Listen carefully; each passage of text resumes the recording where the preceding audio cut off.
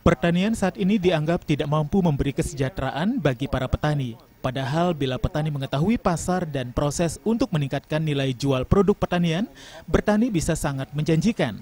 Untuk itu menurut pengusaha asal Desa Carangsari yang juga Ketua Desa Wisata Kabupaten Badung, Ide Bagus Namo Rupa, peran pemerintah dan sektor swasta sangatlah krusial. Tidak hanya sebatas memberi pelatihan tentang cara tanam, tetapi juga menyiapkan pasar.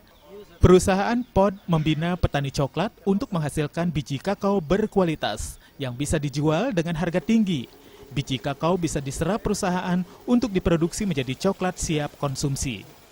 Harus mulai mendidik para petani biar mereka paham dan tahu dan mengerti bagaimana menghasilkan biji kakao yang berkualitas, biji kakao yang bagus.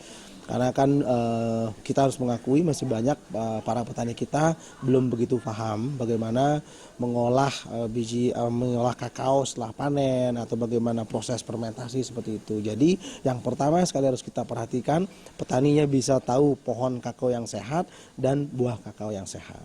Jadi di situ dari awal seperti itu.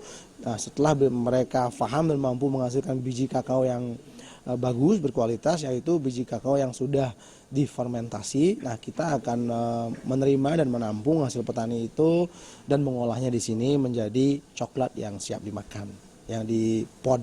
Nah, itu yang membedakan pabrik coklat kami, pod, dan mungkin perusahaan coklat lain. Nah, kita langsung berada di tengah-tengah petani coklat dan kita sangat sering berinteraksi dengan petani coklat guna menghasilkan kakao-kakao terbaik untuk kita olah menjadi coklat yang bagus di pod.